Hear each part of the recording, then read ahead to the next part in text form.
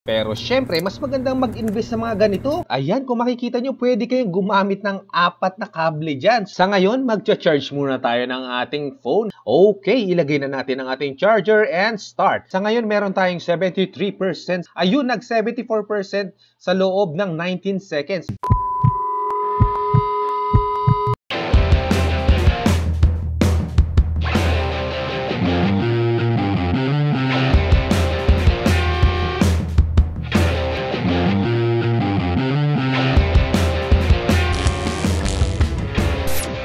Welcome back sa ating channel. So ngayon tayo ay mag-unbox na naman at napakalaking box itong dumating. Pero syempre, akala ko lang yun, napakaliit lang pala ng laman sa loob. Akala ko pa naman may freebies na yung binili ko. At syempre, itong binili nating item, napakalaking tulong ito sa may mga cellphone dyan, lalo sa mga gamers.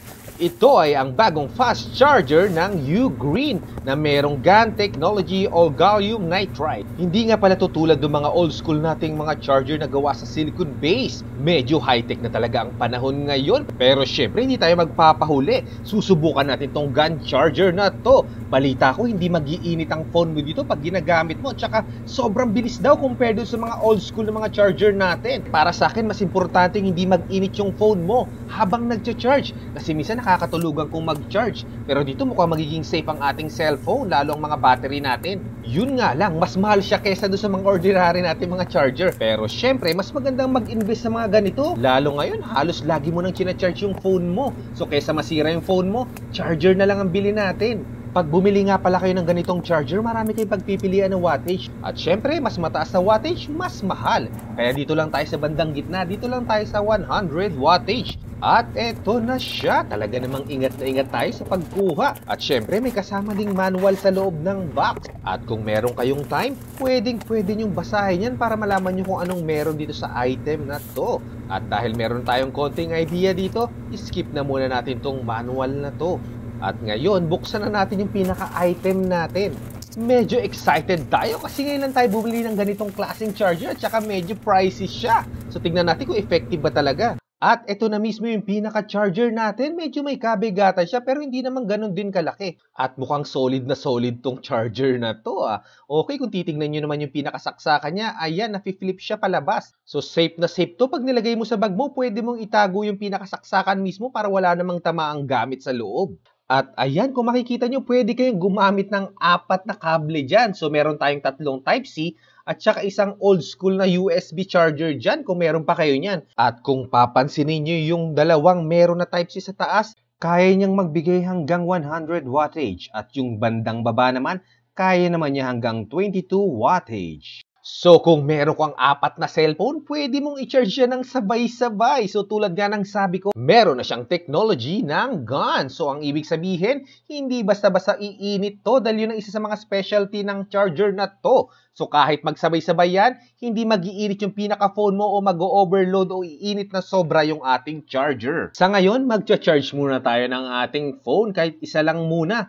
Tignan natin kung talaga bang mabilis. So lalagyan natin siya ng timer para makita natin kung ilan ang kaya niyang i-charge sa 1 minuto. So gagamitin natin at i-charge muna natin ang ating Samsung Fold. Medyo kailangan na matinding charger tong phone na to kasi talagang malaki yung capacity ng kanyang battery at saka medyo hirap ako mag-charge ito pag matagalan. So ngayon masusubukan natin gamit tong charger na to kung gaano kabilis. Okay, itong ating phone ay merong 73% charge. So lalagyan din natin siya ng timer para mas ma-monitor natin kung ilan ba talaga ang kaya niyang ikarga sa loob ng 1 minuto. Susubukan na natin. I-open na natin ang ating stopwatch para masigurado tayo at saka mas sure tayo na monitor natin kung gaano kadami ang may dadagdag niyang charge. Sa gagawin nga pala nating test, hindi siya ganun ka-accurate kasi naka-on yung ating internet at saka yung ating phone para makita talaga natin. So sa mga susubok nito, huwag niyong asahan na katulad din ng sa akin ang mangyayari. Pero syempre, partida na yan. Naka-on na yung phone natin. Tignan natin kung talagang madadagdagan pa rin ng mabilis kahit tumatakbo yung mga application sa ating phone. Okay, let's start. Kung makikita nyo sa aking phone, meron siyang 73% na charge. Tulad nga ng sinabi ko sa gagawin nating test,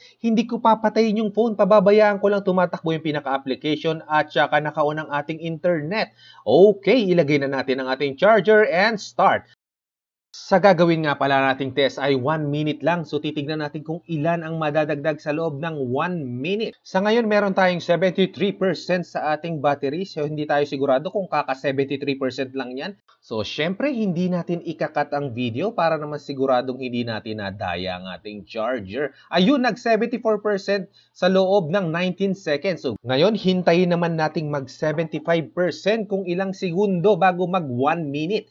So titignan natin kung talagang madadagdagan yan ng 1% sa loob ng 1 minute. So abang-abang lang tayo dahil hindi natin siya ikakat. At ayan, malapit na pong mag 1 minute. Ang tagal mag 75%. So ayan, tignan lang natin. Hintayin na lang tayo ng ilang segundo na lang po. So 50 seconds, magsi 75 ba yan sa loob ng 1 minute?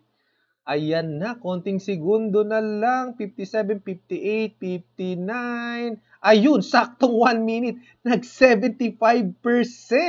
At ayun na nga. So ito na ang ating final verdict dito. So okay na okay siya, no? Tulad din na sinasabi ng mga nagre-review, hindi siya umiinit ng sobrang init kahit marami kang nakasaksak dito sa pinaka-port niya. So once na sinaksak mo yung phone mo dito, talagang hindi siya mag-iinit. Yung tulad ng usual na ginagamit nating charger, na pag sa sobrang tagal na natin nagcha-charge, umiinit din yung pinaka-phone natin. Pero dito nung ginamit ko siya, hindi siya uminit. Ang galing. So yun, ginagamit ko na siya ngayon within a month na siguro. So yung last video ko, yung pag-unbox ko nga na yun. Ngayon, umabutan ng 1 buwan. Walang nangyaring masama, hindi uminit, hindi ako nagkaroon ng problema sa phone ko. So ganoon din sa iba pang phone na naka-charge dito. So kahit magsabay-sabay sila, talagang hindi umiinit yung phone natin. Ito, hindi umiinit, ang talagang napakainit. Tulad nga ng mga usual natin mga charger na ito, tulad ito sa iPad. Tuwan-tuwa ako dito dati kasi ang bilis talaga niya mag-charge.